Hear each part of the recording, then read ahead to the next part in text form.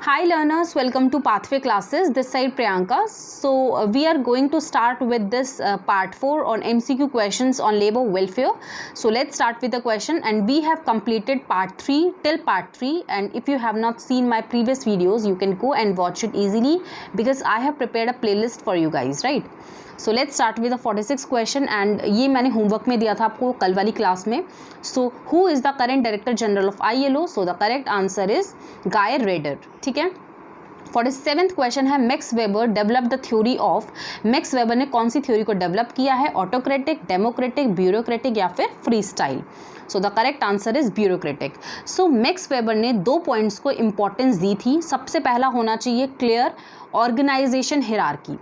Organisation hierarchy means पहले top management आता है, देन मिडिल आता है एंड देन लोअर आता है, राइट?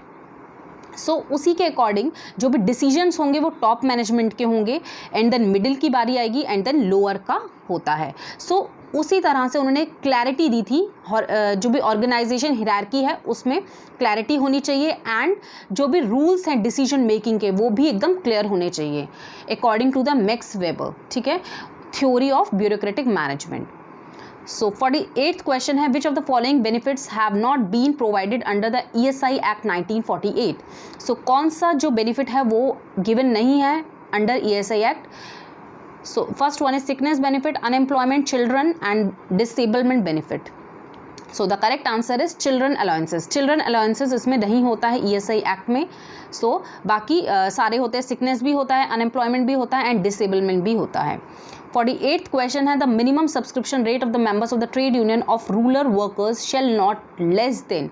सो हमने पढ़ा था ट्रेड यूनियन में रूरल जो वर्कर्स हैं उनका जो मिनिमम सब्सक्रिप्शन कितने से कम नहीं होना चाहिए. So you have options 12 rupees per annum, 3 rupees per annum, 1 rupees per annum or no such provision is there. ठीक है. So the correct answer is 1 rupees per annum.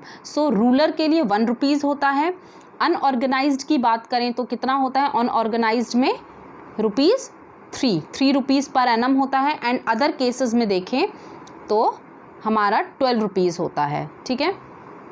साल में देना पड़ता है. अनऑर्गेनाइज को 3 रुपीज़ देना पड़ता है एंड अदर केसेस में आता है हमारा 12 एंड रूरल वर्कर्स के लिए हम 1 रुपीज़ पर एनम लगता है अगर उन्हें मेंबर बनना है ट्रेड यूनियन का. Minimum subscription. 50th क्वेश्चन है the concept of wage like minimum wages, fair wages and living wages वो गिवन बाय. सो किसने दिया है ये जो कॉन्सेप्ट है minimum wages, fair wages and living wages? So you have options royal commission on labour, first national commission on labour, committee on fair wages या फिर Adarkar committee. So the correct answer is committee on fair wages. So ये जो wages के concept हैं वो committee on fair wages ने दिए हैं. एंड अब हम डिस्कस कर लेते हैं minimum wages, fair wages and living wages को. सो सबसे पहले हम स्टार्ट करते हैं लिविंग से. लिविंग एक ऐसा वेजेस होता है जो कि एम्प्लॉयज़ को मिलता है या फिर वर्कर्स को मिलता है जो कि सफिशेंट फैसिलिटीज़ को क्रिएट करता है, जैसे कि फूड हो गया, शेल्टर हो गया, क्लोथिंग हो गया. ठीक है. अब हम मिनिमम वेजेस में जाते हैं. मिनिमम वेजेस में हमेशा वर्कर के साथ फैमिलीज़ को भी दिया जाता है नेसेसरी जो भी फैसिलिटीज़ होती हैं. फॉर एग्जांपल उनको भी लाइफ इंश्योरेंस पॉलिसीज़ या फिर हमारा एजुकेशनल फैसिलिटीज़ प्रोवाइड होती हैं बच्चों को. ठीक है. तो ये सारी फैसिलिटीज़ प्रोवाइडेड होती हैं minimum way. And then fair wages होता है मिनिमम और लिविंग का मिडिल वाला पार्ट, बिटवीन रहता है वो. एंड इसमें बेसिकली फेयर वेजेस डिपेंड करता है कि कैसी कैपेसिटी है इंडस्ट्री की, मतलब इंडस्ट्री कितनी इंडस्ट्री का जो टर्नओवर है कितना है, उसी के अकॉर्डिंग जो फेयर वेजेस हैं वो दिए जाते हैं. और जो वर्कर्स हैं वो उनकी प्रोडक्टिविटी किस तरह से है तो वो भी उसी टाइम पे भी फेयर वेजेस दिए जाते हैं, उसी के अकॉर्डिंगली दिए जाते हैं. सो आई होप ये क्लियर हो गया होगा. 51 क्वेश्चन है in which year the two consultative machinery that is ILC and SLC were constituent in India. So ILC and SLC जो two consultative bodies हैं वो कब आई थी, कौन से ईयर में आई थी? 1941, 1942, 1947 या फिर 1951. So the answer is 1942. 52 question है the structure of ILO includes international labour conference, governing body, international labour office या फिर ऑल ऑफ एबव.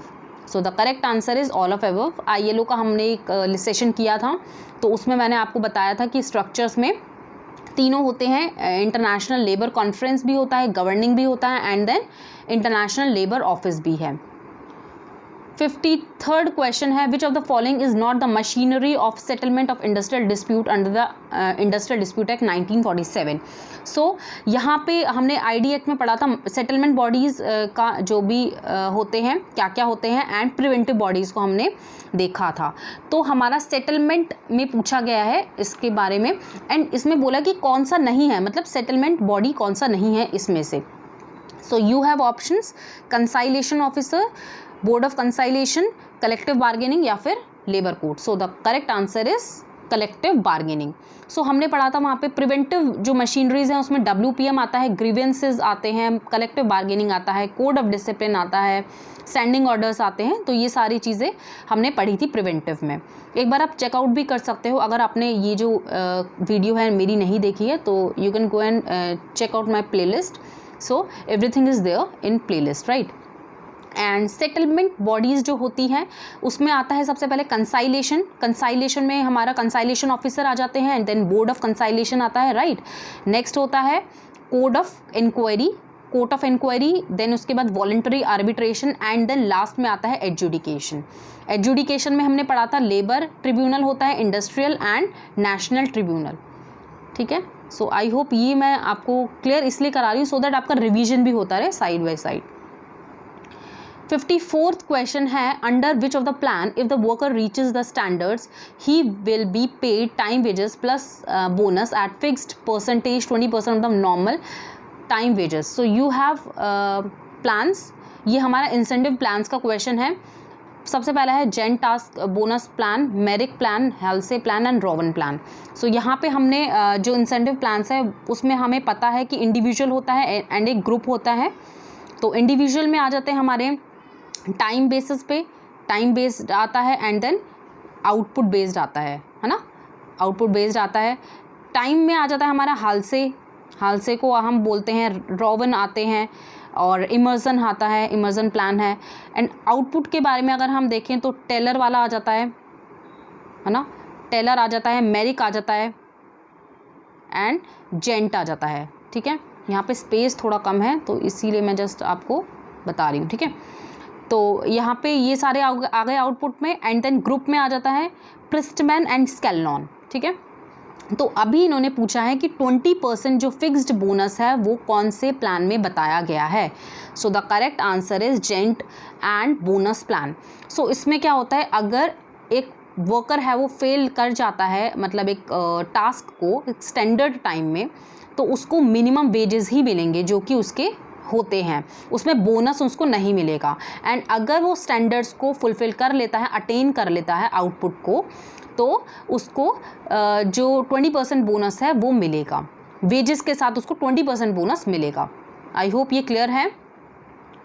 अब 55 क्वेश्चन है, when efficiency of the worker reaches that dash he gets bonus under the Emerson efficiency plan. अब हमारा immersion efficiency plan के बारे में पूछा है, तो कितना एफिशिएंसी होनी चाहिए, 67%, 50%, 76 या फिर 20% according to the Emerson efficiency plan. And Emerson किस में आता है, इंडिविजुअल में आता है, एंड देन उसके बाद अगर हम देखें सब पॉइंट आ जाएगा हमारा टाइम बेस्ड में.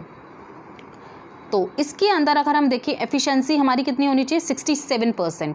अगर कोई भी वर्कर है, worker only produce 67% of the standard production, इसमें इमर्जन में वर्कर को 67% प्रोडक्शन करना ही पड़ेगा, प्रोड्यूस करना ही पड़ेगा. एंड अगर वो एक्सीड करता है 100% तक तो उसको 20% बोनस मिलता है. अगर वो 100% तक अचीव कर लेता है कोई भी एक इंडिविजुअल वर्कर, तो उसको 20% बोनस मिलेगा इन इमर्जन एफिशिएंसी प्लान, राइट.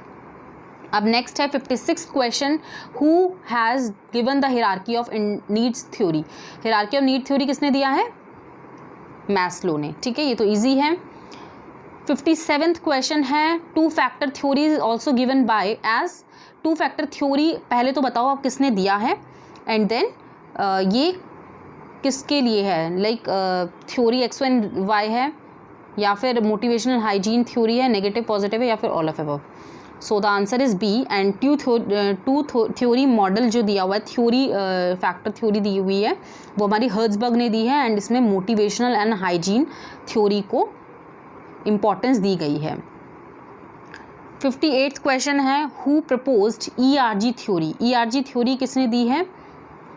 एल्डरफर ने, ठीक है, एल्डरफर ने दी है। एंड इसमें E stands for existence, R stands for relatedness and G stands for growth. अब 59th क्वेश्चन है, who proposed theory X and theory Y। So you have options. So the correct answer is C, that is McGregor. McGregor ने ये वाली theory दी है X and Y। And अगर हम देखें X theory basically वो ज़्यादा अटेंटिव नहीं होते, लॉयल नहीं होते, कमिटेड नहीं होते अपने वर्क को लेकर, और वो रिस्पॉन्सिबिलिटीज़ में नहीं हैंडल कर सकते थ्योरी X वाले जो पीपल होते हैं, ठीक है। एंड थ्योरी Y की बात करें तो वो लॉयल भी होते हैं, रिस्पॉन्सिव भी होते हैं, और वो इंटरेस्टेड भी होते हैं काम करने के लिए ऑर्गेनाइजेशन में, ठीक है। सो theory X and theory Y भी हमारा डिस्कस हो गया है। अब लास्ट क्वेश्चन है हमारा 60th question, a strike which is started without the consent of the union. वो ऐसी स्ट्राइक जो यूनियन से कॉन्सेंट नहीं लेके अपनी स्ट्राइक चालू रखती है, वो कौन सा है? स्लो डाउन, बम्पर, हंगर या फिर unofficial strike. So the answer is unofficial strike, मतलब कोई ऑफिशियल कंसेंट नहीं दिया जाता यूनियन से, वो नहीं लेती और ये स्ट्राइक हो जाती है, ठीक है। एंड अब ये होमवर्क का क्वेश्चन है, एक बार आप इसको रीड आउट करके देन आप मुझे इसका आंसर कमेंट सेक्शन में देना, right. So thank you and have a nice day guys.